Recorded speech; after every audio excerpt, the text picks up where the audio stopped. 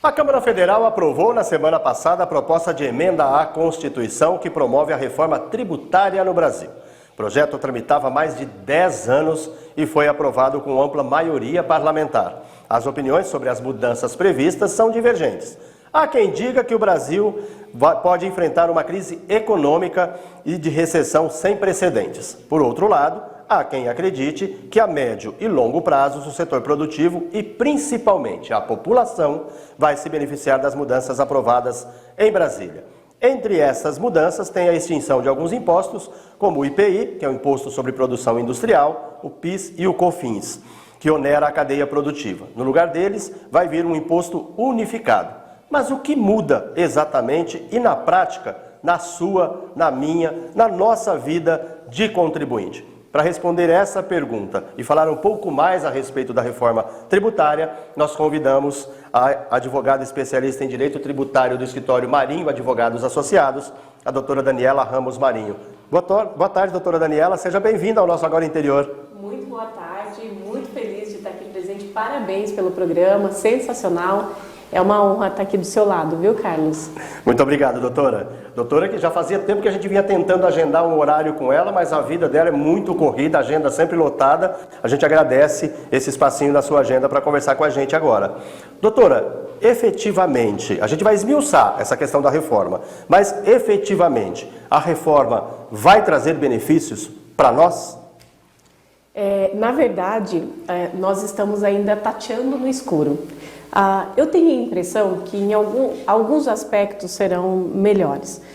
Por exemplo, nós temos, como você disse aí no início, a reforma tributária, ela tira 3 tributos federais, IPI, PIS, COFINS, que vai ser substituído pela CBS, a Contribuição sobre Bens e Serviços, e ela cria também o IBS, excluindo o ICMS e o ISS, para dar lugar ao IBS, o Imposto sobre Bens e Serviços. Nesse particular, num primeiro momento, a reforma é interessante, embora eu faça bastante críticas à reforma, mas assim, tem um filósofo que diz um pouco de possível para que eu possa respirar, né? Então vamos um pouco do possível primeiro. Ela é interessante por quê? Porque nós temos um sistema tributário, eu sempre falo, um sistema tributário por demais caótico, muitas normas. Então, PIS, COFINS e IPI são tributos que dão muito trabalho para a empresa, de muita interpretação. A gente tem diversas demandas no judiciário. Isso faz o quê? Isso encarece o sistema, isso sobrecarrega a empresa, a burocracia sobrecarrega a empresa, prejudica o ambiente dos negócios, tanto que no exterior a gente é visto como um dos piores ambientes de negócio que existem no mundo. Percebe? Então isso prejudica o ambiente dos negócios. Então você reformar, tirar esses tributos que são problemáticos, muito litígio, muito desentendimento, sobrecarrega as pessoas que estão em torno da empresa, sobrecarrega o empresário e se toca na empresa, vai tocar no trabalhador, se ele tem que gastar. Né? Exatamente. Então, nesse particular, é interessante essa simplificação. Aliviar o sistema tributário no sentido de simplificá-lo é um ganho. Sempre é bom. Né? E aí nós temos também essa substituição do ICMS e do ISS pelo IBS. E por que a gente, nesse particular, pensando na simplificação, Carlos, por que isso é interessante? Veja bem, o IBS, o ICMS e o ISS está dentro de uma discussão que não cabe mais no mundo. Porque assim, a gente fica discutindo, por exemplo, deixa eu lembrar aqui, questões digitais, assim, Netflix é um produto, é um bem ou é um serviço? Ou é um serviço. Entendeu? Então a gente tem discussões no Brasil, locação de veículos, eles não pagam tributo porque o STF falou assim, isso não é serviço. Entendeu?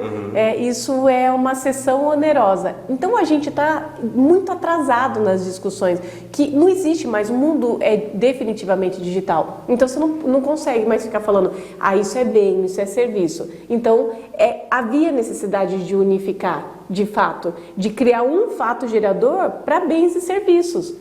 corpóreos e incorpóreos, tal como trouxe o projeto. O projeto que foi aprovado, ele fala isso, ele é muito claro, né? Então não tem mais essa discussão. Nesse sentido, o projeto é modernizado. O projeto é organizado, ele é moderno, ele é modernizante e ele simplifica o sistema tributário. Isso eu entendo que é um aspecto interessante. Perfeito. Agora, na vida da gente, minha, sua, do consumidor de uma forma geral, a gente vai conseguir sentir essas mudanças? A gente sabe, a senhora vai explicar que ainda serão 10 anos para todo o processo de migração. Mas passados esses 10 anos, a gente vai conseguir sentir no bolso essa mudança? Olha, as opiniões elas estão muito divididas. Então, eu olho, por exemplo, para uma camada, uma população com menos dinheiro, existe uma expectativa de que a vida vai melhorar. Primeiro, porque, olha só, a reforma é basicamente sobre tributação sobre consumo, que é a tributação mais injusta do ponto de vista fiscal. E por quê? Porque assim, a gente está falando de consumo de bens e serviços, substitui ICMS e ISS e vem o IBS. E por que ela é injusta? Quando a gente vai ao mercado comprar um sabão e paga R$20, por exemplo, uma pessoa que ganha R$2.000 vai pagar o tributo, se pagou, estou chutando aqui, tá? R$5 de tributo, porque o cidadão que é o cabo paga. Sim. Porque todo o preço é repassado para o cidadão.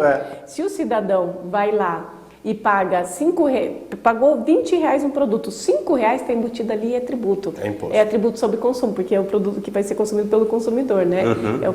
E aí, o que acontece? Uma pessoa que ganha 30, 50 mil reais, ela vai comprar aquele mesmo sabão em pó. E vai pagar a mesma proporção. R$5. Então, assim, é um sistema muito injusto. Veja que uma pessoa que ganha 2 mil, que tem que pagar o aluguel, o financiamento da casa, do carro, o combustível, a escola das crianças, tudo, vai pagar, percebe? Os mesmos R$5 de quem ganha muito dinheiro, né? E isso na nova reforma mudou. Esse é um sistema tributário injusto, tá?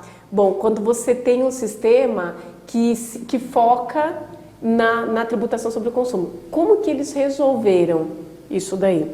Duas situações. A primeira, bastante interessante, isso nesse sentido é moderno, é o cashback, foi a criação do cashback. O que acontece? O cashback ele é um instituto criado nos Estados Unidos para finalizar os cartões de crédito, as operadoras de cartão.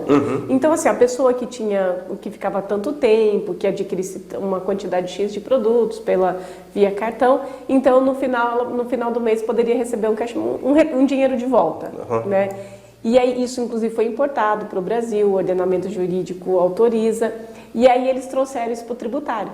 Então assim, pensa por que isso foi feito, tentando afastar essa injustiça fiscal. O cidadão vai lá, vai pagar IBS, ok, mas ele pagou o mesmo tanto que esse, que injusto. Então ele terá devolvido uma parte. Aquele que ganhou muito, não. Aquele que ganha muito e pagou, ok. Mas aquela pessoa de baixa renda que foi lá, ela vai ter o produto não, ela vai ter um dinheirinho de volta. Ela pagou igual.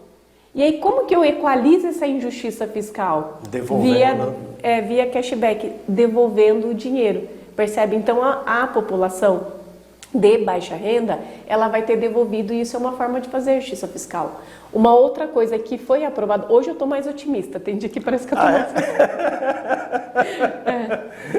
Na medida que vai estudando, na medida que vai clareando esse processo todo, né? A gente começa a entender e aí muda os ares, né?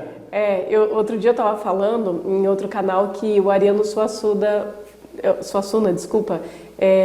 costumava dizer que o pessimista é muito chato e o otimista é um ingênuo. E ele prefere ser um realista esperançoso. Eu quero ficar no mesmo lugar do Ariano, eu quero ser um realista esperançoso, né? Eu quero ser uma realista esperançosa. Mas, por exemplo, no último minuto do segundo tempo, eles conseguiram uma alíquota zero para a cesta básica.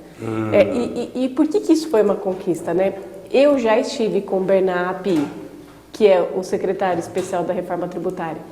E para ele, eu já ouvi da boca dele, para ele isso era inadmissível você criar alíquotas. Isso quando eu comecei a estudar muitos anos de reforma tributária, eu nem imaginava que era dele que ia passar, que ele é o pai da reforma, né? Ele que é o pai da reforma. Eu nem imaginava Olha que era só, dele. como o mundo dá voltas, né? Exatamente.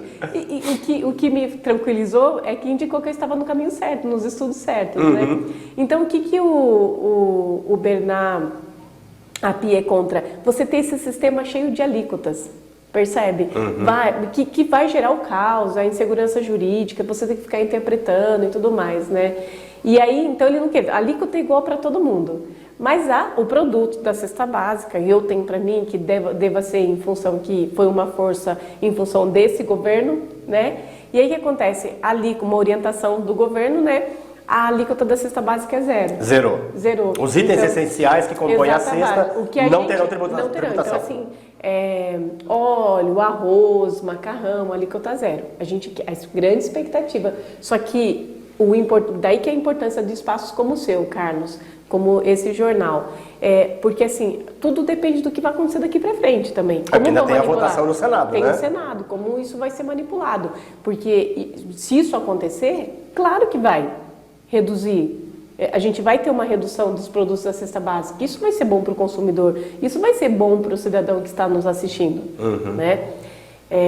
Mas nem tudo são rosas, né? Por exemplo, o setor de serviços vai ser impactado demais. Diretamente. Diretamente. E isso a gente precisa ficar muito antenado, porque 70% do PIB do Brasil vem de serviço. Como que a gente vai atacar o setor hoje que cresce, que emprega, que gera riqueza para o Brasil? E por que ele vai ser atacado? Porque todo mundo fala, vai ser atacado. A gente precisa entender. Essa reforma, ela trouxe um sistema interessante, que é o IVA. Mais de 170 países no mundo adotam o IVA. O que é o IVA? O IVA é uma metodologia de se tributar de tal forma que se você tudo que vem antes é abatido. Entendeu? Sim. Então você comprou um produto de R$10, você pagou R$10, sei lá, R$1 de imposto, 10% de imposto, isso é subtraído da operação anterior. E assim, vamos ser mais objetivos. Quando você chega na cadeia posterior, você só vai pagar sobre o valor que acresceu. A diferença. Então veio da fábrica para a distribuidora. Quanto que acresceu aqui? Porque a gente tem muito tributo sobre cascata, um efeito cascata. Hoje, antes da reforma, se você compra um item de R$100 e incide, por exemplo, 10% do imposto do IPI, por exemplo, esse valor é repassado na sequência da cadeia, aí incide o ICMS, por exemplo, aí aumenta esses 10% mais o ICMS e vai só aumentando o bolo. É mais ou menos isso. Pelo IVA, não. Aí se eu paguei 10%, né, e o imposto, o ICMS, por exemplo, 15%, eu vou pagar só os 5%, porque aqueles 10% já foi pago anteriormente. Mais ou menos isso. Ele não é somatório. Não vai somando. Você pega, aí você soma tudo, incide, mas de novo tributo. Aí você pega o tributo que foi recolhido e mais tudo. Só vai crescendo o bolo, só né? vai crescendo. Então o IVA Pelo novo formato, não. E o IVA é uma metodologia aplicada em mais de 170 países que determina que você só pode tributar aquilo que foi acrescentado na operação. Percebe? O de trás já foi tributado, então você exclui. Não tem que pagar ele novamente. Exatamente. Bom, isso é bom, extremamente bom. A indústria parece que está muito contente com isso. O comércio, nem tanto. Mas o serviço, Carlos, porque você não tem a cadeia anterior. Sim. O que vai acontecer? Você vai pagar 25% Vai cheio. pagar o principal, não vai ter desconto. Só que a gente está falando de uma parcela de tributos. Depois você tem 20% da folha, depois você tem imposto de renda. O que sobra para o empresário? E eu não estou falando só do empresário, o que o empresário vai colocar no bolso e falar, porque a gente usa uma cartilha no Brasil, uma cartilha assim, o empresário já está cheio de dinheiro no bolso. Te esqueceu que a maior parte dos empresários brasileiros são pequenos e médios empresários. E ele precisa de um valor até para salvar a própria empresa dele. Ele precisa guardar uma parte. Sim, fazer a reserva. Fazer uma reserva.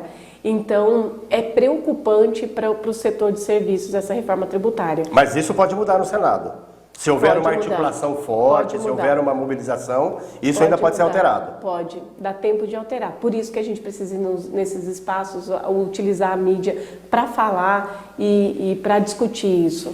Nós estamos conversando com a advogada especialista em direito tributário do Escritório Marinho Advogados Associados, a doutora Daniela Ramos Marinho. Doutora, nós temos a prática no nosso programa de atender também o nosso internauta, o nosso telespectador. Eu tenho algumas perguntas aqui pelo WhatsApp, também pelo YouTube. Eu vou fazer essas perguntas já para a senhora, porque a gente vai para um rápido intervalo e eu já vou deixar engatilhado aqui um questionamento. Até agora a gente falou de aspectos que parecem ser positivos. Alguns problemas aí com relação à questão dos serviços, mas a gente conversava antes de começar o programa, tem armadilhinhas aí nesse projeto da reforma tributária. Tem. A gente vai buscar saber da senhora, logo depois do intervalo, que armadilha é essa que pode atingir diretamente o nosso bolso. Você pode continuar enviando a sua pergunta, a sua opinião, a sua sugestão pelos nossos contatos. O WhatsApp, a nossa linha direta é o 14991450881. O Edgar já colocou na tela aí para você. 14991450881. Envie sua pergunta, seu comentário, sua opinião. Se preferir, entra no chat do YouTube. Aproveite e acione lá, se inscreva no sininho para você sempre ser avisado quando nós estivermos ao vivo. Também lá no chat do YouTube você pode fazer as suas considerações, também fazer as suas perguntas. A gente vai para um rápido intervalo e, como eu sempre digo, é bem rapidinho. É o tempo de você ir lá desligar o feijão. A gente volta já.